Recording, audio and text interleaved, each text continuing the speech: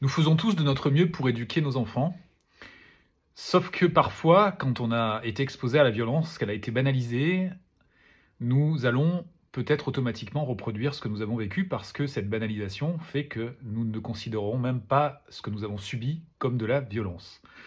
Il peut y avoir aussi un conflit de loyauté qui se met au milieu, c'est-à-dire que nous n'allons pas remettre en question ce que nos parents nous ont présenté comme de l'éducation, alors qu'en réalité, c'était basé sur la douleur et la peur.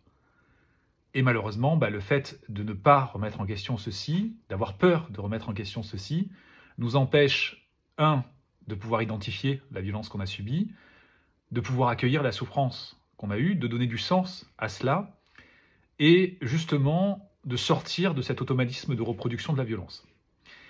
Donc, je tenais à vous dire qu'il est important de pouvoir avoir le courage d'aller pousser la porte d'un professionnel de la santé mentale pour faire un bilan, pour parler de notre passé, pour aussi poser des mots justement sur des choses qui peuvent poser problème chez nous. Si par exemple vous avez des problèmes de dysrégulation au niveau de vos émotions, ça peut être intéressant d'aller voir un professionnel de la santé mentale pour vous aider à acquérir des ressources pour mieux réguler votre colère. Et je dirais, faites-le pour vous, et finalement vous allez aussi le faire pour la communauté et pour vos enfants.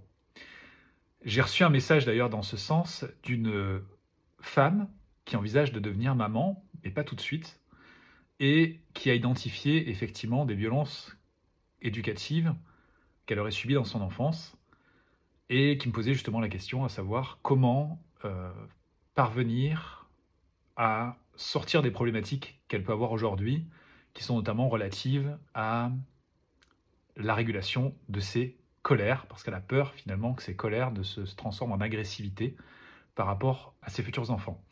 Il peut se passer aussi quelque chose qui est souvent rapporté par des parents, c'est que le psychotraumatisme n'est pas forcément visible avant de devenir parent. Et c'est au moment où on devient parent que tout ce que nous avons subi dans l'enfance réapparaît.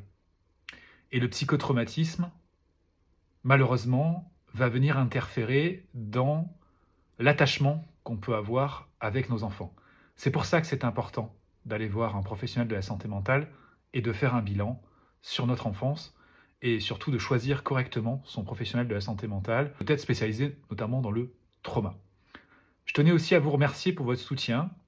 En ce moment, il y a une vague très forte de résistance autour justement des violences, avec beaucoup de courants qui viennent dénigrer l'approche bienveillante et empathique autour des enfants. Et on fait front, on avance, et je pense que cette résistance est normale, puisqu'en fait c'est aussi une des conséquences du psychotraumatisme, cette banalisation, le fait de ne pas reconnaître ce que sont les violences. Donc cette résistance, pour moi, même si elle est compliquée à vivre, est un point positif. Ça veut dire que nous sommes en train d'avancer. Parce que parmi les milliers de personnes qui sont en train de réagir par rapport à ça, il y en a certains qui se disent « Ah mais oui, en effet, j'ai subi des violences éducatives, ou j'ai subi des violences, et il est peut-être temps que j'aille faire un point avec un professionnel de la santé mentale. » Donc merci à toutes et tous de continuer à sensibiliser et à nous soutenir tous mutuellement, parce que c'est comme ça qu'on va avancer, c'est ensemble. Merci encore.